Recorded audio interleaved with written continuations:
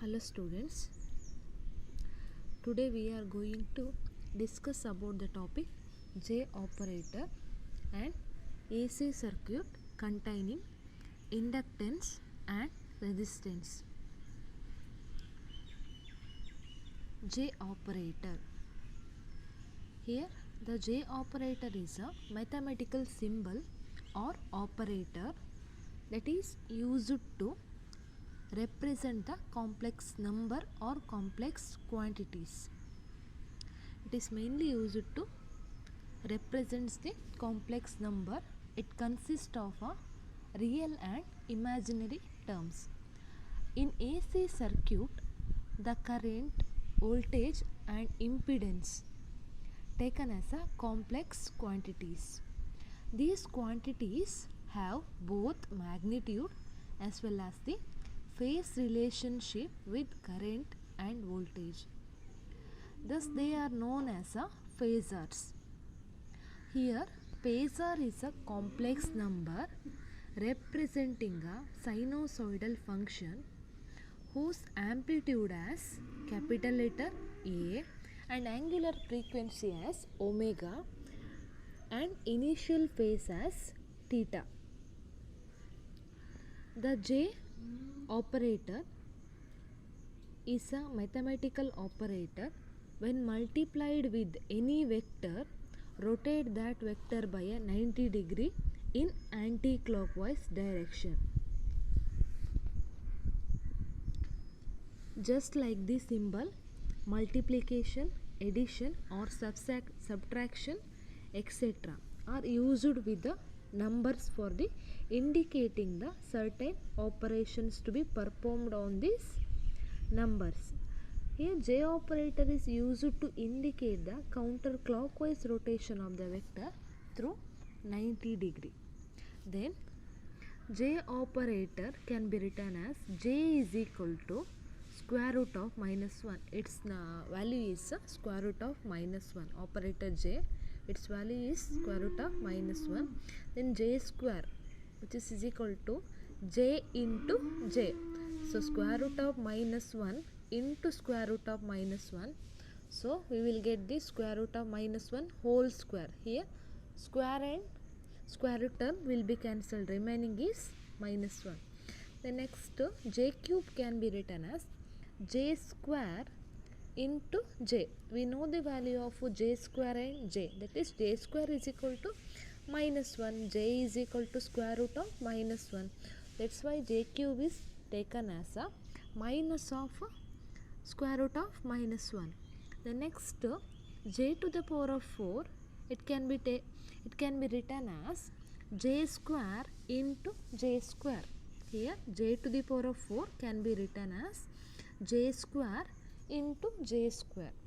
We know the value of J square, that is minus 1. Minus 1 into minus 1, that is plus 1. Go to next slide. Let us consider a phasor A if it is multiplied by the operator J. If a phasor A which is multiplied by the operator J, then we will get a new operator as J into vector A. Here vector A is the phasor.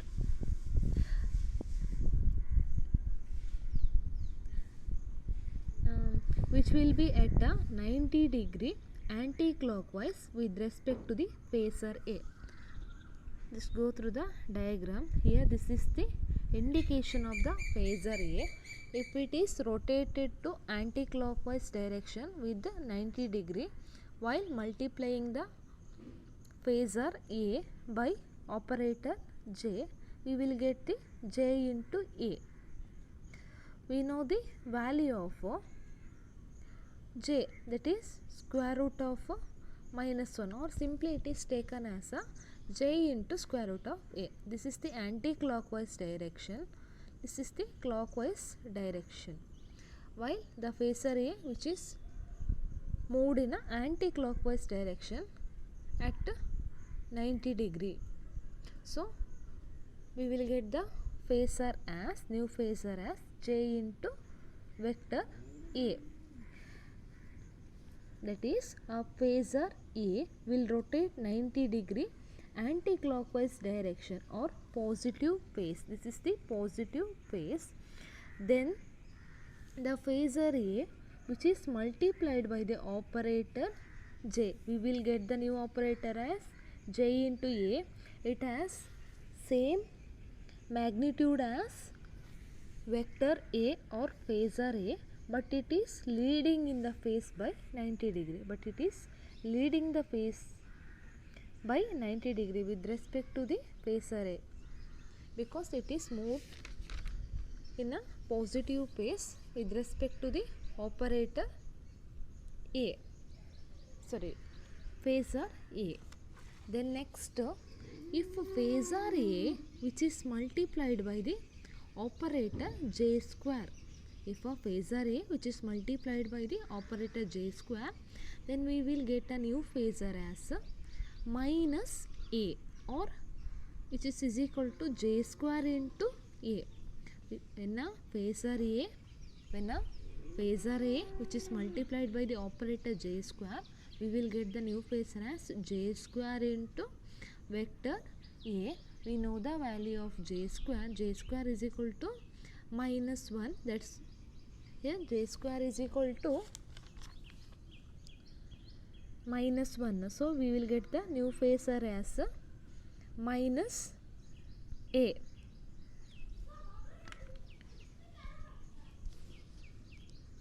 Because we know that the value of J square is equal to minus 1. So minus 1 which is multiplied by the phasor A, then we will get the new phasor as minus A, which is the phasor A having the phase which is lead of a 180 degree anti-clockwise direction with respect to the phasor A.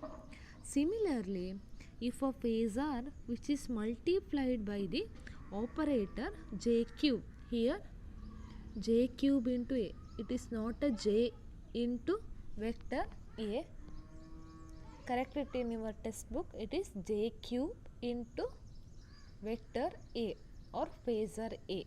Here correct it in your textbook. Here J cube into vector A, which is equal to minus J into vector A, because J cube is equal to J square into J. We know the value of J square, that is equal to minus 1. Minus 1 into J, that is minus J into A. Similarly, if a phasor which is multiplied by a operator J cube, we will get the new phasor as minus J into A, that is minus J cube into vector A, which is equal to minus J into A, because we already know that value of J cube, which is equal to J square into J, which is equal to minus 1 into square root of minus 1, or simply we can square root of minus 1 means J. So simply it is taken as a minus J into A. This phase lead of 270 degree. This is 90 degree, 180 degree and 270 degree with respect to the operator A, which is moved in a anti-clockwise direction. At the same time, if a phasor A which is multiplied by the operator J to the power of 4, then we will get the new phasor as J to the power of 4 into vector A, which is taken as a vector A or phasor A, because we know that J cube can be written, J to the power of 4 can be written as J square into J square. J square into J square, that is, we know the value of J square, minus 1 into minus 1, that is plus 1. So plus 1 into phasor A, that is A, vector A. This is the here, that means it lead the phase by 360 degree, means one complete cycle in anti-clockwise direction with respect to the phasor A. That is shown in the following figure. This is a phasor can be represented in a various form. This is a 90 degree. When the phasor A which is multiplied by the operator J, then phasor A which is multiplied by the operator J square, then phasor A which is multiplied by the operator J cube into A, the next phasor A which is multiplied by the J to the power of 4 into J to the power of 4. This completes the one complete cycle, that means 360 degree in anti-clockwise direction. The next, if suppose phasor A is multiplied by the operator minus J, that means it is moved in a clockwise direction or negative phase of the cycle here. If suppose a phasor A which is multiplied by the operator minus J, we obtain the phasor as minus J into vector A. It will be at a 90 degree clockwise direction with respect to the phasor A. Here minus J into vector A can be written as 1 divided by J, or which is equal to J divided by J square. That is equal to, we know the value of J square, minus 1 into J, that means minus J. So minus J can be written as 1 divided by J, or it can be written as J to the power of 3 into phasor A. This is all about the phasor diagram with respect to the anti-clockwise direction or positive phase, as well as the clockwise direction or negative phase, which is multiplied by the operator J, J square, J cube and J to the power of 4. The next, here phasor can be represented in a various form. Phasor can be represented in a various form, as first one is Cartesian form, or it is also known as a rectangular form. The next one is polar form, or it is also known as a trigonometric form. And last one, exponential form. This first one, go through the Cartesian form, or it is also known as a rectangular form. In this Cartesian form, a phasor is resolved into, here phasor is resolved into a horizontal as well as the vertical component. It is expressed in the complex form. Here complex form means it consists of both real and imaginary function. It consists of both. Here it which is resolved into a horizontal, that is real components, as next one is vertical component which is taken as a imaginary component. Then the horizontal component or in phase component of the phasor A taken as a small letter a. Here horizontal component which is taken as a small letter a. Then vertical, or here in this diagram, vertical or quadrature component of a phasor A which is taken as a small letter b, or it is taken as a j into imaginary term j into small letter b.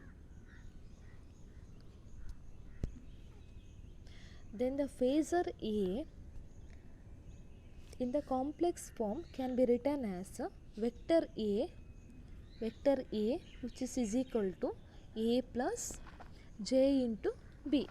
Then magnitude of A can be written as square root of A square plus b square. Here the Cartesian form of the phasor A can be written as vector A which is equal to A plus j into b, where A is the real component or real term, where JB is the imaginary component or imaginary terms of the complex function. The next magnitude of A, which is the square root of A square plus B square. Next go to the next form of polar form or trigonometric form. It is similar to the Cartesian form except that horizontal and vertical component of the phasor. Here horizontal and vertical component of the phasor are expressed in the trigonometric function.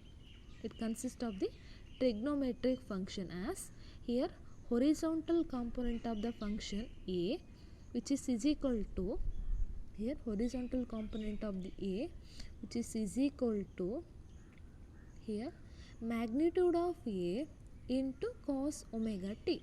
The next vertical component, that is B, can be written as magnitude of A into sin omega t.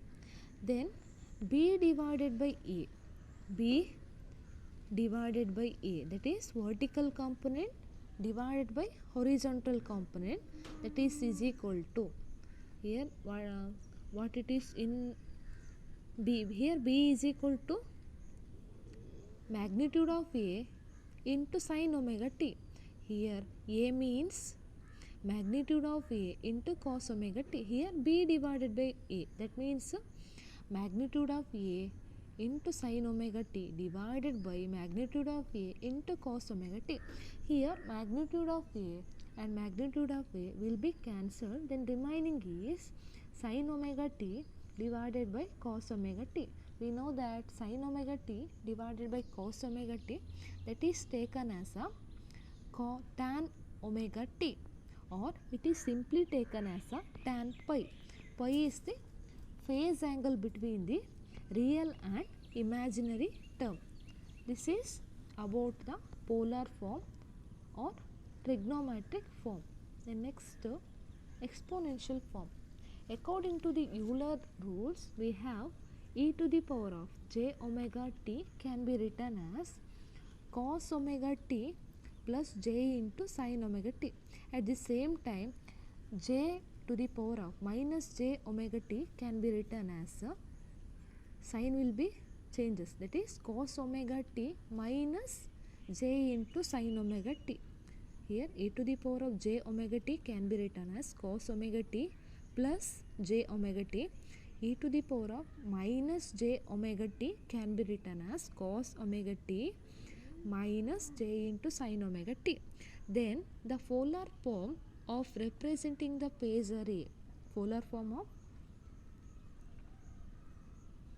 representing the phasor A, we know that vector A, which is equal to magnitude of A into cos omega t plus or minus, according to the Euler's rule, we apply the plus or minus j into sin omega t.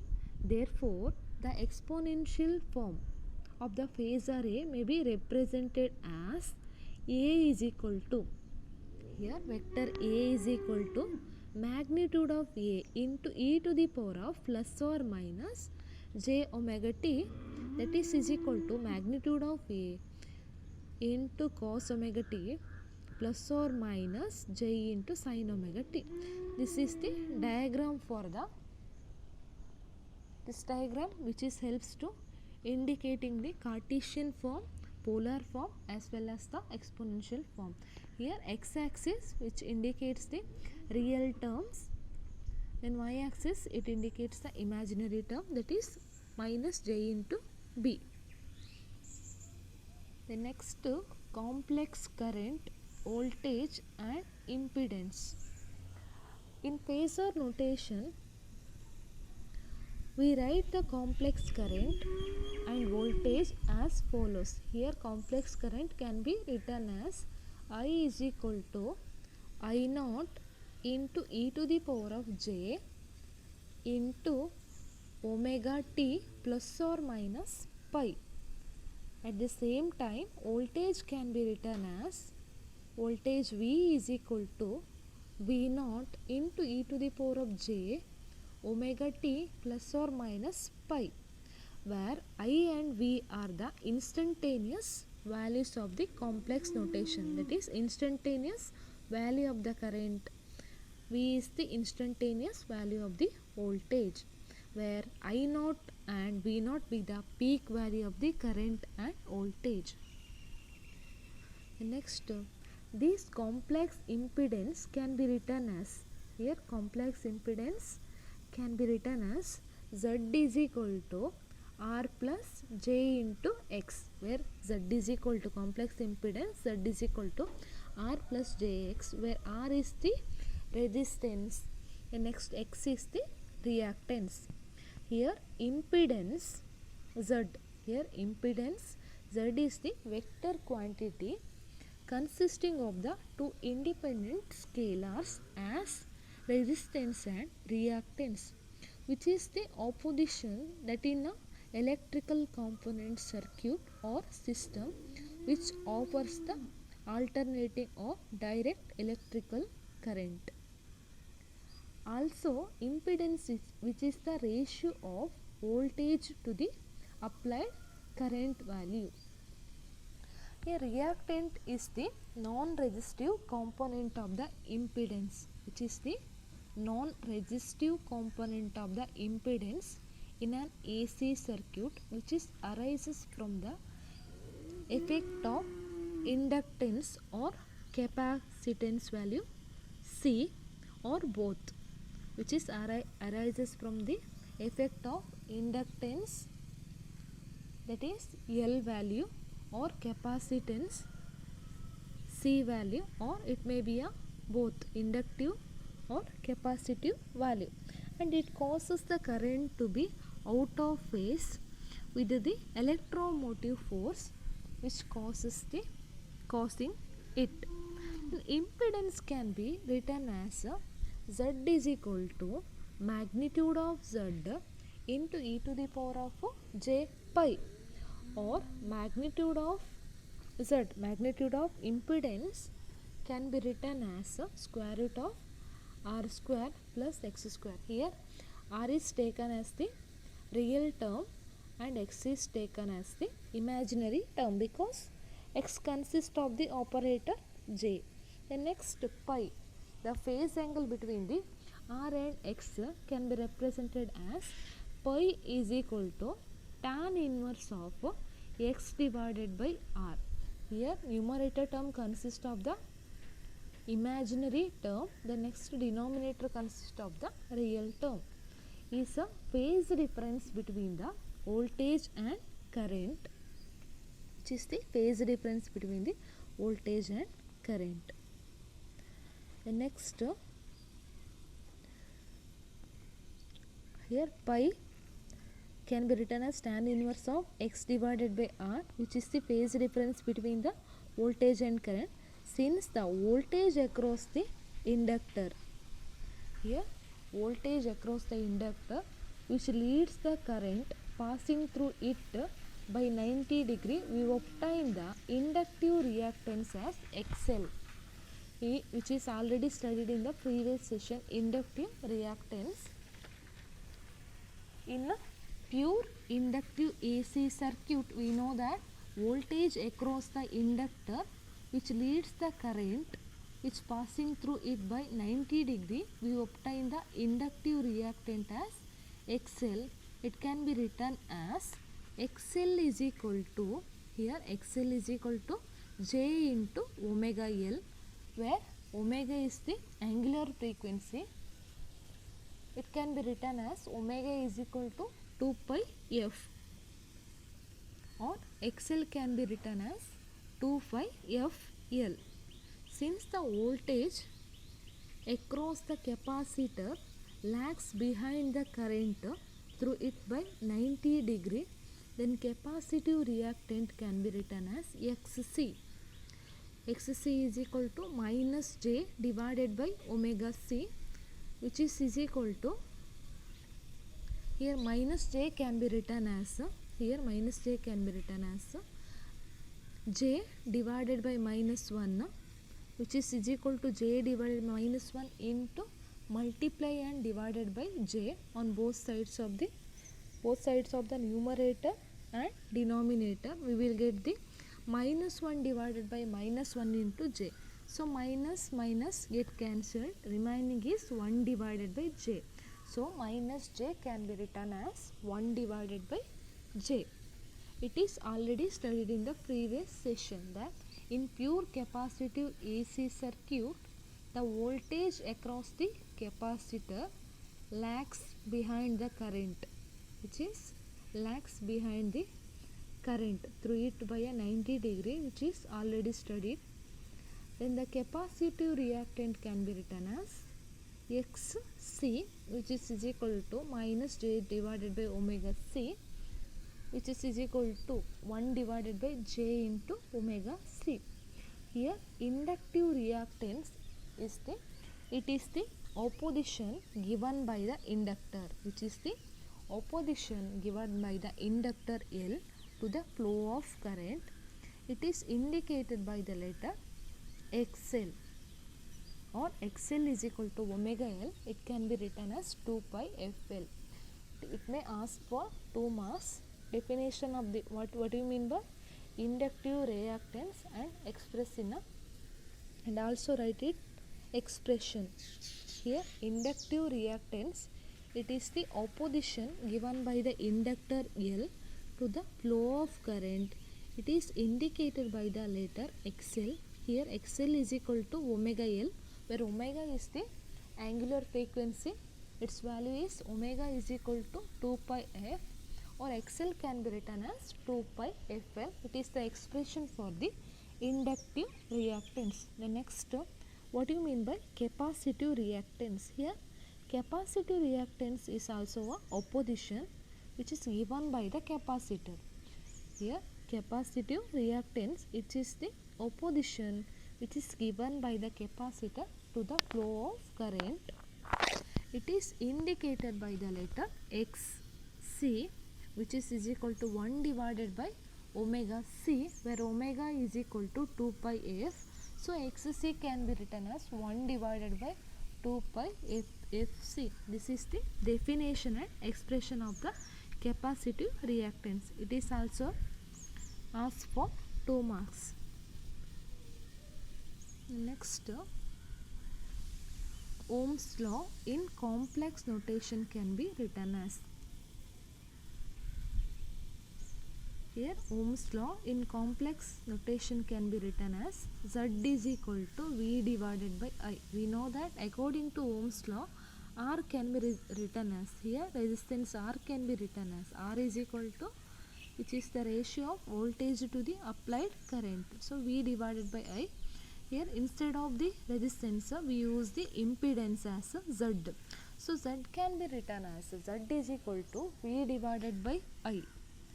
The next, we know that already studied in the lower classes, series combination of the resistance as well as the parallel combination of the resistance as Rs is equal to R1 plus R2 plus R3 and so on. At the same time 1 divided by Rp, or parallel combination, can be written as 1 divided by Rp is equal to 1 divided by R1 plus 1 divided by R2 plus 1 divided by R3, so on, where Rs and Rp are the effective resistance in series and parallel combination.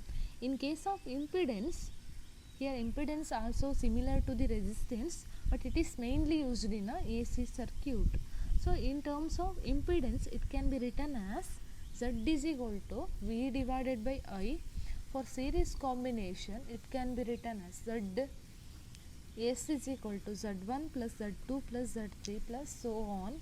The next, in parallel combination of the impedance can be written as 1 divided by Zp is equal to 1 divided by Z1 plus 1 divided by Z2 plus 1 divided by Z3, where Zs and Zp are the effective impedance in series and parallel combinations.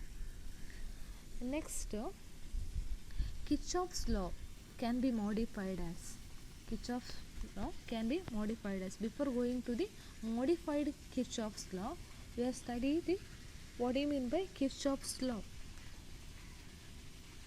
Here Kirchhoff's current law It is also known as a KCL, is the Kirchhoff's first law that deals with the conservation of the charge entering and leaving the junction.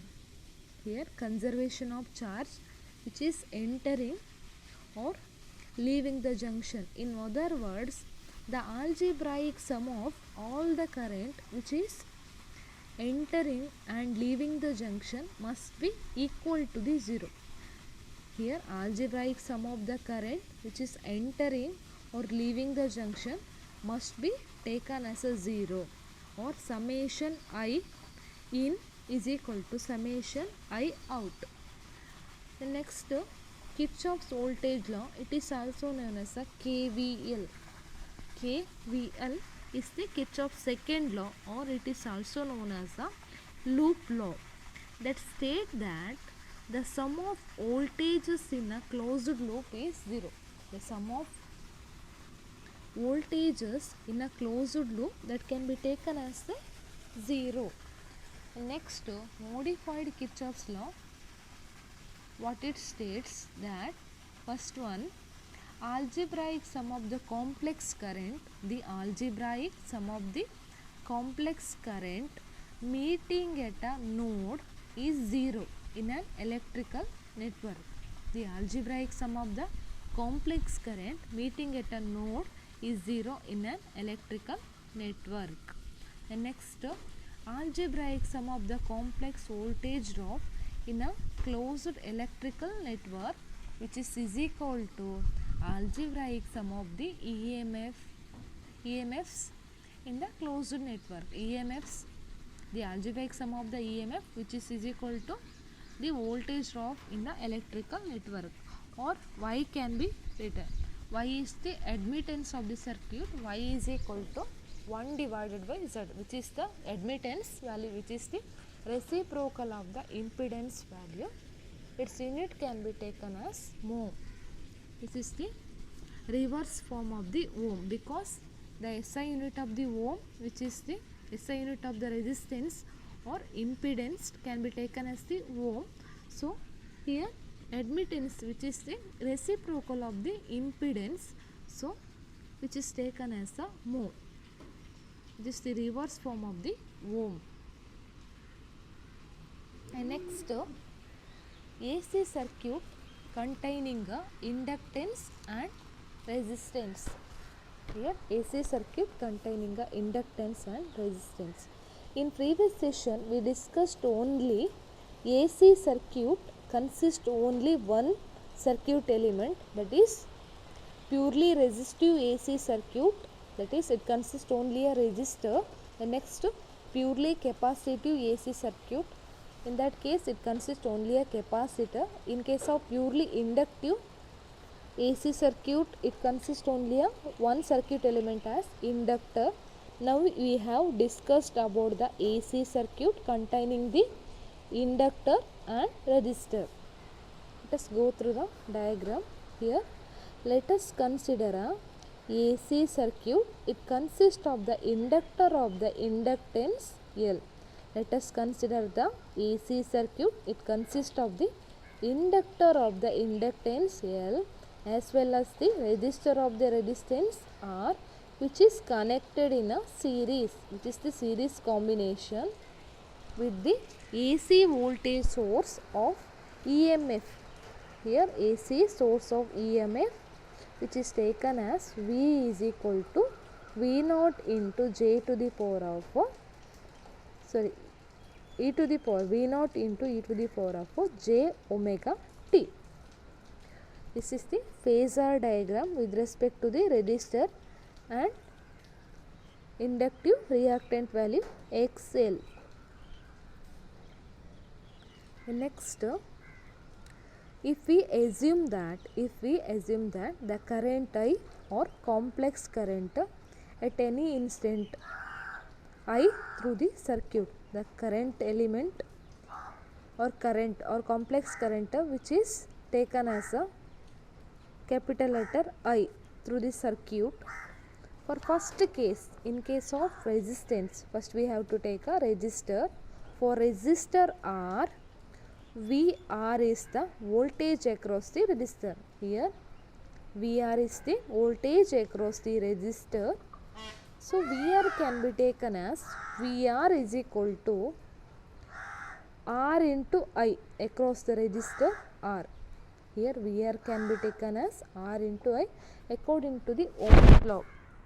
According to Ohm's law, R is equal to V divided by I, or VR can be taken as voltage across the resistor VR, which is equal to R into I. The next, so VR and I are in same phase, because in pure resistive circuit the voltage and current are in the same phase, which is already studied. So in case of inductor L, here VL is the voltage across the inductor. VL is the voltage across the inductor. So VL can be taken as VL is equal to J into XL into I. VL is equal to J into XL into I, or VL is equal to J omega L into I. So note that VL is equal to, here VL is equal to J into XL I, where we know the value of XL is equal to omega L. So VL can be written as VL is equal to J into omega L into I. So applying the Kirchhoff's voltage law or Kirchhoff's second law to the above circuit, then apply the Kirchhoff's voltage law.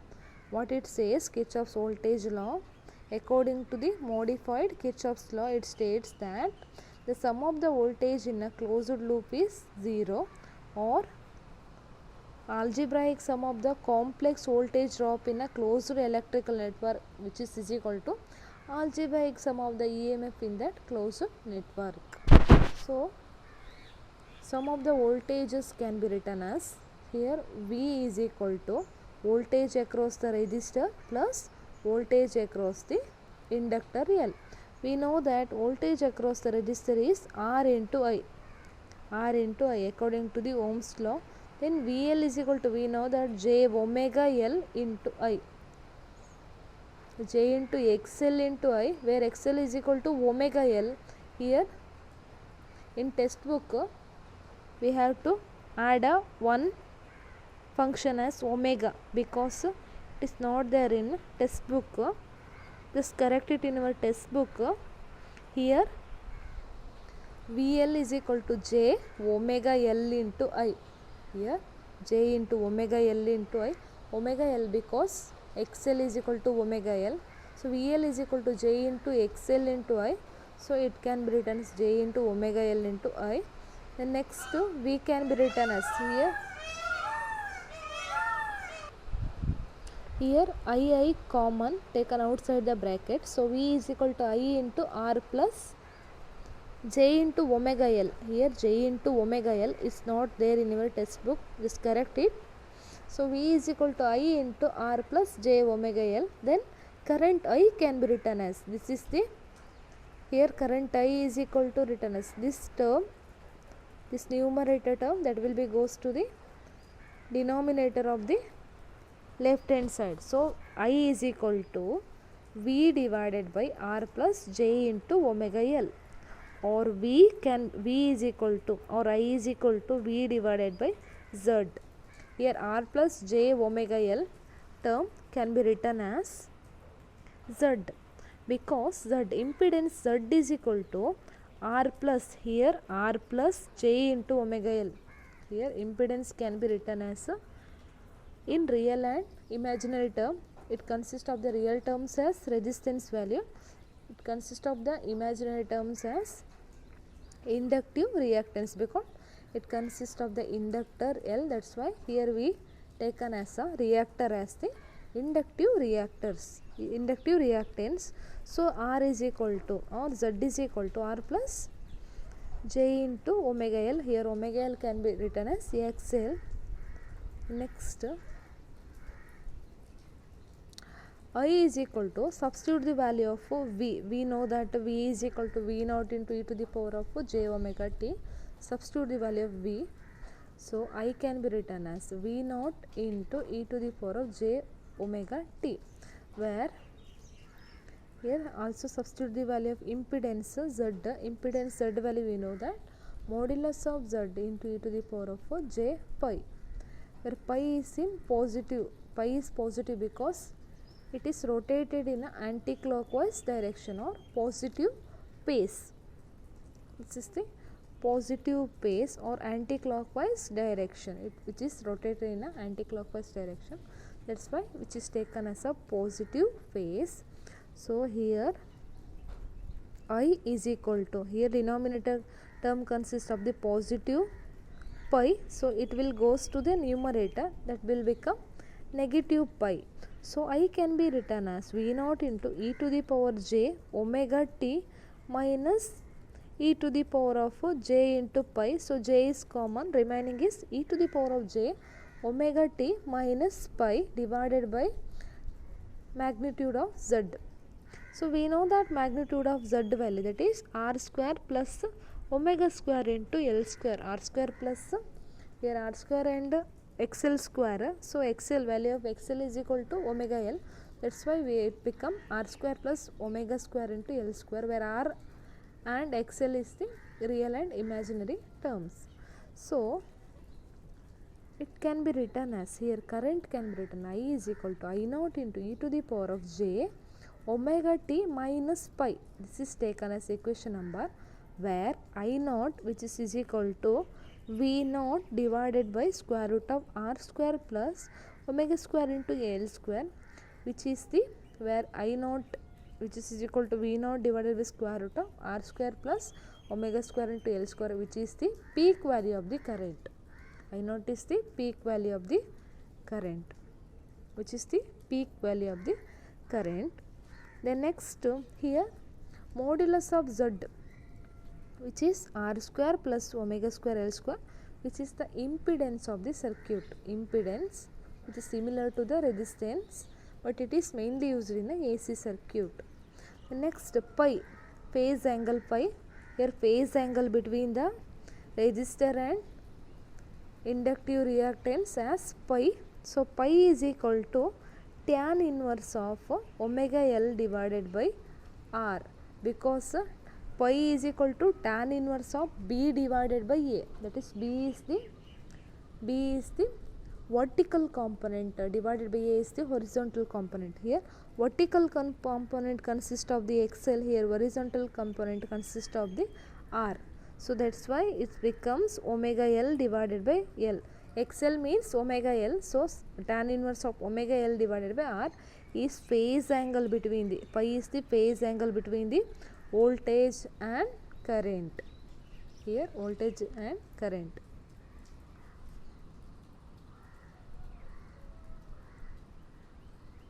Next, from equation 1, this is taken as I is equal to I naught e to the power of j omega t minus pi. This is taken as equation number 1. Okay, from equation 1 we concluded that the current amplitude I naught, here current amplitude I naught, which is the peak value of the current, which depends on the frequency omega, because this term consists of the omega value. So it depends on the frequency value omega. Omega is equal to 2 pi f of the applied voltage. It depends on the frequency, because here this term consists of the value of omega, where omega is equal to 2 pi f. So it depends on the frequency of the applied voltage. Also the current lags behind the voltage. Here current lags behind the voltage by a phase angle pi. Here current lags behind the voltage by phase angle pi. The pi depends on the applied frequency. Here phi is also depends on the applied frequency. Here current lags behind the voltage by phase angle pi, because it consists of the negative term. Here negative term indicates the current which is lags behind the voltage by a phase and angle pi, because its circuit element consists of the inductor. In case of inductor, the current is lags behind the voltage by 90 degree, or it phase angle pi. The next, the circuit has a complex impedance Z whose real part which is equal to the resistor R, which is already known. Also imaginary part which is equal to inductive reactance, that is XL is equal to omega L is equal to, we know that omega is equal to 2 pi f, so XL can be written as 2 pi FL, which is the opposition given by the inductor to the current is called inductive reactance XL. This is about the AC circuit containing a inductor and inductance and resistance. First, here inductor and resistor which is connected in series to the AC circuit, then the voltage across the AC source as V is equal to V naught e to the power of j omega t. The next, applying the KVL, we obtain the relation as I, current relation as I is equal to I naught e to the power of j omega t minus phi. Here minus phi which indicates the current lags behind the voltage. Current lags behind the voltage by phase angle pi, where phi is depends on the applied frequency because it consists of the omega term, where omega is equal to 2 pi f. And circuit has a complex impedance Z whose real and imaginary term also known. Resistor R is the real term and imaginary part is the inductive reactance XL. Here inductive reactance means which is the opposition given by the inductor to the current, which is known as the inductive reactance. Also phase angle pi can be written as a tan inverse of B divided by A, where B is the horizontal component, A is the vertical component. Here horizontal component consists of the R, here vertical component XL. XL means omega L. So B divided by A, that means XL divided by R. XL is equal to omega L divided by R, which is the phase angle between the voltage and current, which is the current is lags behind the voltage by a phase angle pi. This is all about the AC circuit containing a inductance and resistance.